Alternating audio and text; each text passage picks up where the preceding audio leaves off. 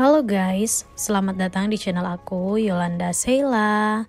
Nah, di video kali ini, aku akan membahas tentang beberapa fakta penting dari salah satu pahlawan nasional yang merupakan tokoh pendidikan perempuan di Indonesia, yaitu Dewi Sartika. Raden Dewi Sartika atau Dewi Sartika merupakan tokoh pejuang wanita yang berasal dari Cicalengka, Bandung, Jawa Barat. Dewi Sartika dikenal sebagai tokoh Jawa Barat yang menjadi perintis pendidikan bagi kaum perempuan. Dewi Sartika lahir di Cicalengka pada tanggal 4 Desember 1884. Selama hidupnya, beliau memiliki dedikasi yang sangat besar terhadap pendidikan. Tak ayal jika namanya terus dikenang hingga sekarang. Sama halnya dengan Raden Ajeng Kartini, Dewi Sartika merupakan salah satu sosok yang sangat penting dalam memperjuangkan pendidikan untuk kaum perempuan. Berikut ini akan aku jabarkan beberapa fakta penting tentang Dewi Sartika.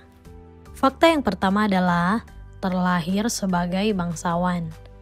Dewi Sartika terlahir dari rahim seorang ibu bergelar bangsawan, yaitu Nyi Raden Ayu Raja Permas dari Sunda. Ayahnya adalah Raden Somanagara.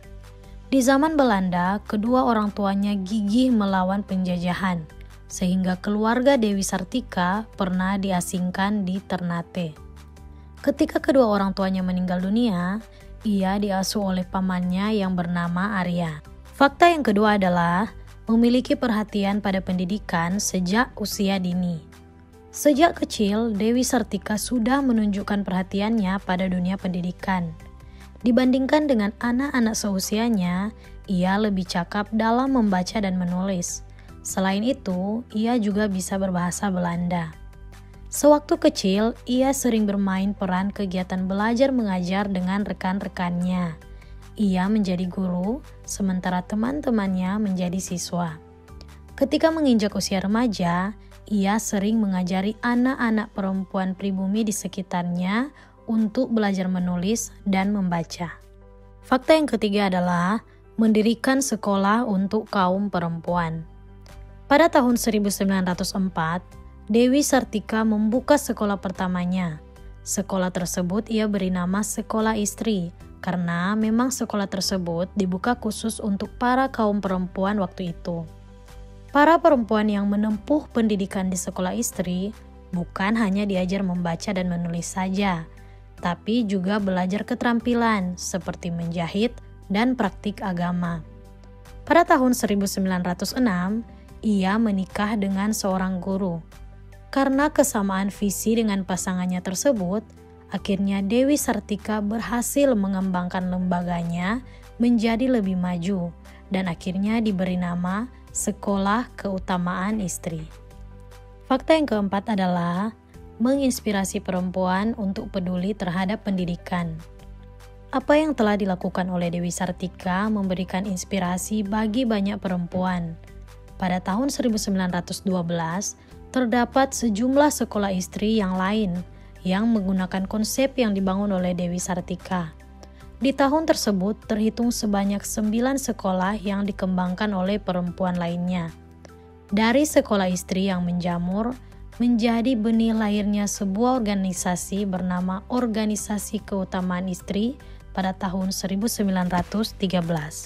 Fakta yang kelima adalah biaya sendiri untuk operasional sekolah. Sekolah Keutamaan Istri semakin menyebar di berbagai kota di seluruh penjuru Nusantara, termasuk diantaranya di Bukit Tinggi. Ternyata sekolah-sekolah yang berada di berbagai daerah bisa berjalan tidak lepas dari kontribusi Dewi Sartika dalam memberikan pembiayaan terhadap operasional sekolah. Fakta yang keenam adalah meninggal dan mendapatkan gelar pahlawan nasional. Pasca kemerdekaan, kesehatan Dewi Sartika mulai menurun. Ketika terjadi agresi militer Belanda dalam masa perang kemerdekaan, ia terpaksa ikut mengungsi ke Tasikmalaya. Dewi Sartika meninggal pada tanggal 11 September 1947 di Cineam dan dimakamkan di sana. Setelah keadaan aman, makamnya pun dipindahkan ke Jalan Karanganyar, Bandung.